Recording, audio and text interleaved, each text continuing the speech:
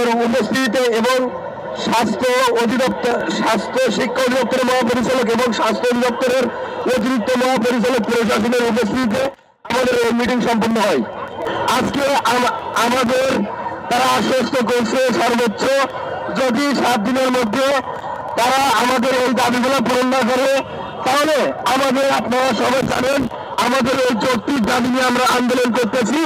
যদি পূরণ না হয় তাহলে সারা বাংলাদেশ থেকে আমাদের 40,000-এর উপরে বেশি চাকরি প্রত্যাশী এবং আমাদের প্রায় 30,000-এর মতো শিক্ষার্থী এবং 10,000-এর মতো পেশাজীবী আমরা সরাসরি ঢাকা টু লন্ডন কর্মসূচি ঘোষণা করব।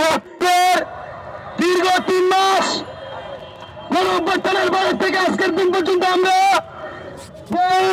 আন্দোলন করতেছি আমাদের অধিকারের জন্য। সেই অধিকারের আজকের কর্মসূচি করে ব্যবস্থা করেছি।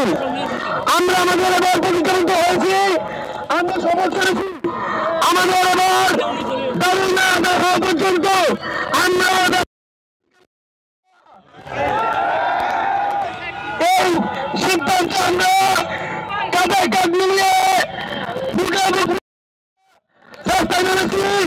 তারই পরিপ্রেক্ষিতে আজকে সবাই আমরা গণজমায়েত হয়েছি। এই গণজমায়েত হওয়ার পরে আমাদের সাথে স্বাস্থ্য শিক্ষা মন্ত্রণালয় এবং স্বাস্থ্য সেবা বিভাগ থেকে আমাদের সাথে মিলিত করা হয়। আমাদের সাথে তারা বস্তু হয়েছে, আমরা তাদেরকে কন্ডিশন দিয়েছিলাম আমরা তারা যেন আমাদের আজকে এই আমাদের কর্মসূচি তারা আসে। পরবর্তীতে তাদের সঙ্গে মেলফিশন হয়ে পুলিশ আমাদের বন্ধ করার পুলিশের মাধ্যমে আমরা মেলফিশন এসে আমরা সচিবালয় মিটিং করেছি। সকল যৌক্তিক বিষয়গুলো তারা জানেন, নতুন করে বলতে হয়নি, তারা আজকে সকল বিষয় জানেন, তাদের কাছে সকল ডকুমেন্টস আছে।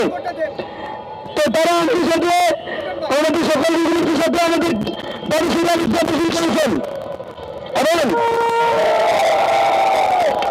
এবং তারা আমাদের আশ্বস্ত করেছেন আমাদের অতি খুব অল্প সময়ের ভিতরেই আমাদের তারা দাবি বাস্তবায়ন করবেন ইনশাআল্লাহ।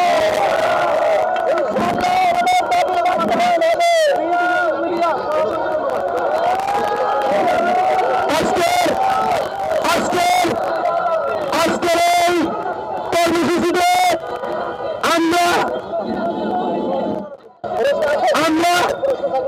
আমরা তারা আমাদেরকে বলছে তাদেরকে সহযোগিতা করার জন্য একটু তারা সময় দিয়েছেন, তারা আমাদের সময় নিয়েছেন এবং আজকের মিটিংয়ের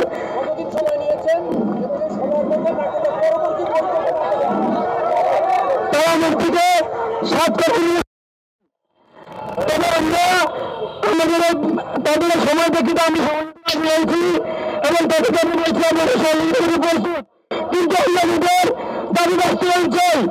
আমরা সকল সহযোগিতা প্রস্তুত, আমরা তাদের তাদের বাস্তব দিতে চাই।